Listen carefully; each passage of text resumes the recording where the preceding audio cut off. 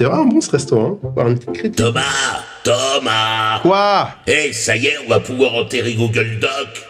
La boîte est toujours dans la demi-mesure. Enfin, bon, oui, ça y est. Il y a une alternative européenne à Google Doc et elle est sortie il y a très peu de temps. Pour son nom, ils ne sont pas allés chercher très loin puisque l'outil s'appelle sobrement Docs. Ah bah ça va être pratique de la référencer sur Google, ça, tiens. Tu m'étonnes. Bon, ce projet est né d'une collaboration franco-allemande, plus précisément de la direction interministérielle du numérique et de Zendisk, l'équivalent allemand. L'objectif est bien sûr d'avoir un éditeur de solutions collaboratives à nous, mais surtout d'avoir une véritable alternative aux solutions en ligne proposées par les géants américains du numérique. Oh purée, un outil développé en Europe? Bah dis-moi qu'il est souverain et qu'il fonctionne en plus.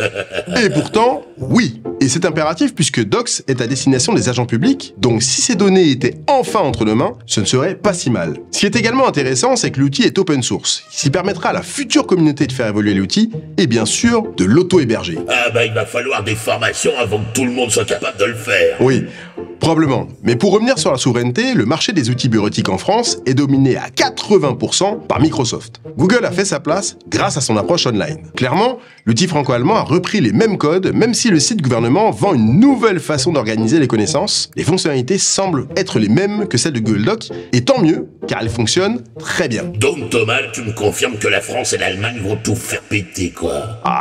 Je sais pas, je vais peut-être pas aller aussi loin que toi. En tout cas, Docs, l'outil de travail collaboratif porté par les deux pays européens, ne manque pas d'intérêt, notamment pour son côté souverain et son côté open source. Mais le plus important, c'est que Doc vient compléter la suite numérique, une série d'outils collaboratifs souverains. Et c'est cet ensemble qui permet de venir concurrencer les offres des deux leaders du marché des outils bureautiques. Alors oui, quand on est utilisateur, ce ne sont pas les offres de suite bureautiques alternatives qui manquent, loin de là. Mais ce qui est intéressant, c'est que l'Europe peut encore avoir son mot à dire. Oui d'accord, mais moi je suis pas agent public, Thomas. Oui, Docs et la suite numérique ne s'adressent pas encore au grand public, mais si tout fonctionne, elle offrira une voie que des entreprises soucieuses de gagner en indépendance face aux GAFAM pourraient bien emprunter. Et au vu du contexte actuel, avec un allié américain imprévisible, mieux vaut commencer à s'organiser. Ah oui, c'est ça la force de l'amitié franco-allemande qu'on nous vend depuis ça. Hé Thomas, ne pars pas, ne pars pas.